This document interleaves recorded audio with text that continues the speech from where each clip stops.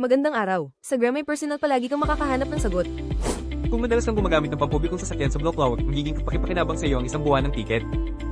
Madali lang makuha ito. Pumunta sa MPK Ticket Office sa Oaker Street 65 malapit sa estasyon o sa Rishi Street 3. Tutulungan ka nilang magproseso ng pangalan ng tiket.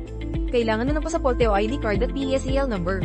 Kung estudyante ka o mag-aaral, siguraduhin dalhin ang student ID. Mas mura ang tiket kung ganito ang iyong dalang dokumento. Isa pang maginhawang opsyon ay ang pagbili ng tiket sa mga ticket machine. Sila ay gumagana 24/7 sa istasyon, sa Ostrowska at sa Wolnosay Square. Maaari ka rin bumili ng electronic na ticket sa mga app na Jack.Jade, sa Bulletin.pl o Mobile MPK Bloklaw at save ito sa iyong telepono. Ang halaga ng tiket ay 75 zloty bawat buwan para sa mga adulto, para sa mga estudyante at mag-aaral, mula sa 22 zloty. Pagkatapos bumili ng tiket, kailangang i-activate ito sa bus sa pamamagitan ng paglalagay nito sa validator. Pinapayagan itong makabiyahe ng walang limitasyon sa lahat ng linya ng pampublikong transportasyon sa loob ng 30 araw. Ang ganitong tiket ay isang maginhawang paraan upang makatipid ng oras at pera. Nirerekomenda ng Grammy Personal at LPP Logistics na samantalahin ang pagkakataong ito upang maging mas komportable ang iyong mga biyahe. Maraming salamat sa inyong atensyon.